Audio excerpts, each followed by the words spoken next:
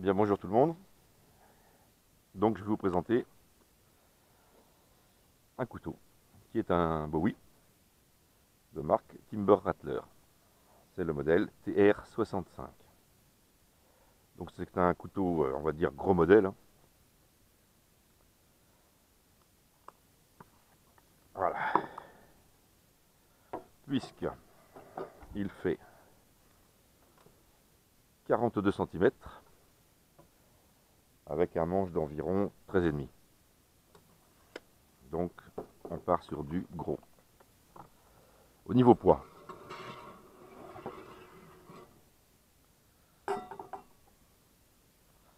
ce couteau fait 840 grammes. Il fait 920 grammes avec l'étui. Donc nous sommes quand même relativement proche du kilo.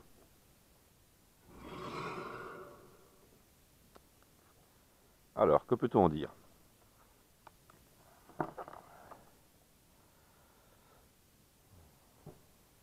Donc, c'est un couteau, déjà, qui a environ 3 ans, que j'ai beaucoup utilisé, environ 2 à 3 fois par semaine. Je ne voyais pas l'intérêt de faire une review sur un couteau neuf. Pour moi, il faut vraiment l'utiliser pour pouvoir se rendre compte de la qualité. Donc, il a pas mal souffert, hein. Et il est dans son état, c'est-à-dire non nettoyé, non affûté, rien du tout. Enfin, affûté quand même un peu, mais bon. Ici, je ne sais pas si on va voir, TR65, comme Timber Rattler modèle 65, Surgical Steel. Donc c'est un acier inoxydable. De l'autre côté, à peine visible maintenant, Timber Rattler. Donc, pas peu de spécifications sur ce couteau, mais je suppose que la lame est un acier 420. Donc c'est pas mal au niveau oxydation, mais par contre, ça tient moins bien le fil qu'un acier avec un taux de carbone plus élevé, bien sûr. Mais ça reste quand même correct pour ce genre d'engin. Bon, c'est un monolame, comme nous pouvons le voir. Donc pas de manche creux, donc gage de solidité quand même, mais aussi de poids malheureusement. Les plaquettes. Alors bon, le bois, je vous dirai pas ce que c'est. Bon, il est teinté. On dirait un bois, c'est un bois plaqué, hein. Ouais.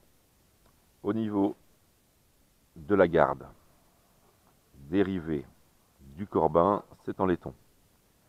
Donc c'est très joli quand c'est neuf, ça brille. C'est facile à rattraper, hein, un petit coup de polish et puis ça redevient comme neuf. La garde, super garde, qui protège très bien. Les rivets, malgré les séjours dans l'eau et dans l'eau salée, ça n'a pas bougé. Un petit rivet ici qui dépasse un peu. Il faudrait juste retaper, c'est tout. Le corbin. Alors très important sur ce genre de couteau lourd, ça vous permet vraiment de le tenir en main. Et quand vous coupez quelque chose, ça évite que la main glisse du manche. Surtout si vous coupez quelque chose devant vous, ça évite carrément de se prendre le couteau dans les jambes. Car l'engin est quand même dangereux. Donc c'est vraiment très efficace. C'est parfait. Ça vous permet aussi de le prendre beaucoup plus en arrière, d'avoir un bras de levier plus important et de couper vraiment des gros morceaux. À titre d'indication, un morceau de noisetier de 50 mm, s'il est bien pris, se coupe en un coup, couteau. Donc vous voyez que c'est du sérieux. Bon, il est lourd, ça c'est son inconvénient, mais il peut remplacer une petite hachette par exemple. Donc si on doit ne choisir qu'un outil, autant prendre ce genre de couteau plutôt qu'une hachette et qu'un couteau séparément, quoi. Celui-ci fait le travail des deux à peu près. Donc c'est un bon couteau. Il a bien vécu, il vieillit très bien et je pense qu'il va vieillir encore un bon moment. Bon, il n'y a pas de chichi sur ce couteau, c'est vraiment du basique, de nervures pour le sang. Une émouture qui est pas mal usinée, bon, avec quelques traces d'outillage, mais la forme est bonne. La forme est bonne. Vous avez aussi cette petite forme pour mettre le doigt. Voilà. Ça vous permet de travailler sur un petit objet. Voilà. Vous coupez quelque chose délicatement, malgré la taille du couteau. Parlons prix. C'est un couteau que vous allez trouver autour de 20 $ aux États-Unis. Malheureusement, arrivé en France, il est plutôt autour de 45. Il existe un autre modèle, du modèle 65. Ici, TR65, il existe un modèle TR65D avec lame en damas. Bon, je ne connais pas ce couteau. Nous sommes plus dans le même prix. Nous sommes plutôt dans les 75 $ d'après mes souvenirs. Bon, je suppose que la lame est quand même de bien meilleure qualité. Enfin bon, au niveau lame justement, elle fait 5 mm d'épaisseur sur une hauteur conséquente en plus de 52 mm. Donc c'est quand même sérieux, hein, très sérieux. Bon, je pense que j'ai fait le tour sur le couteau. Alors si vous n'y connaissez rien, en affûtage par exemple, il existe un petit outil bien pratique qu'on trouve à 2 à 3 euros. Ça se trouve un peu partout. D'un côté, vous avez deux petites plaques en carbure de tungstène et de l'autre, deux bâtonnets de céramique. Donc, tout bête.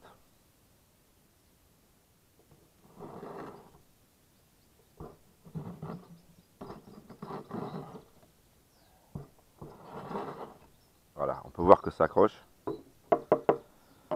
Ça accroche tellement bien que, voilà, hein, on sort carrément des copeaux. Donc, pour dégrossir, c'est bien.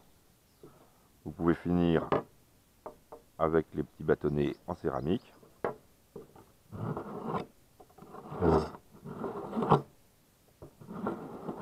Bon, là, c'est vite fait, juste pour vous montrer. On arrive à obtenir quelque chose de pas mal avec ce genre d'outil. Mais bon, hein, quand même, je vous conseille une pierre plutôt pour dégrossir, pierre à eau, et puis une pierre beaucoup plus fine, que vous pouvez utiliser par exemple une face à l'eau, une face à l'huile.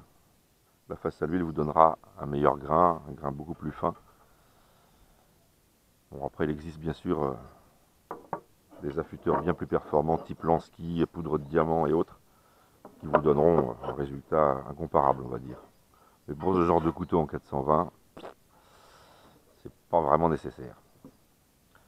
Mis à part ça, ah si, vous avez aussi hein, le fusil de boucher, bien sûr. Donc bah, ça marche très bien, il n'y a pas de souci. Bon, pour le transporter par contre, pas génial. Donc, préférez ce petit outil si vous êtes en mode survie, c'est très bien.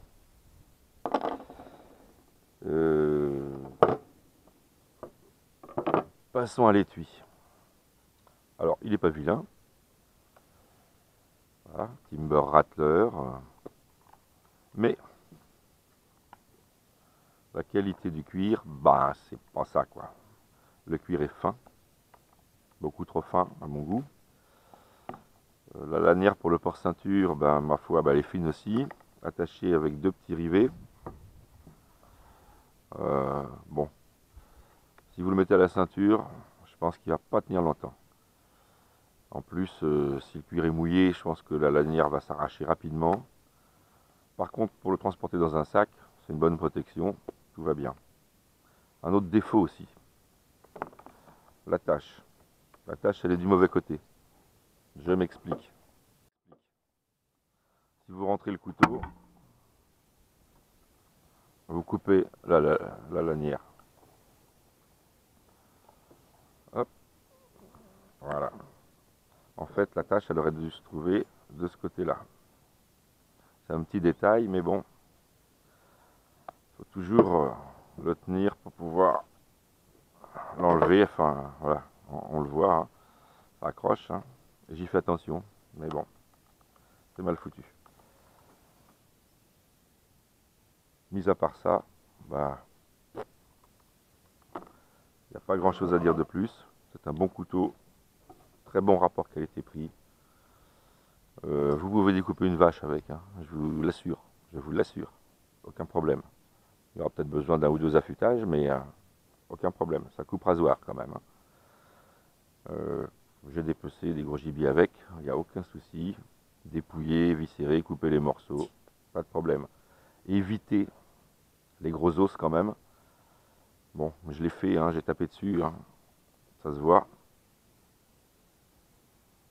Bon, ça coupe, mais ça abîme le fil forcément. Hein. Il faudrait un couteau bien plus acéré. Mais enfin bon, voilà. Rien d'autre à dire, c'est un bon couteau, bon investissement. Ça dure longtemps. Très bien. Voilà. Merci, à plus.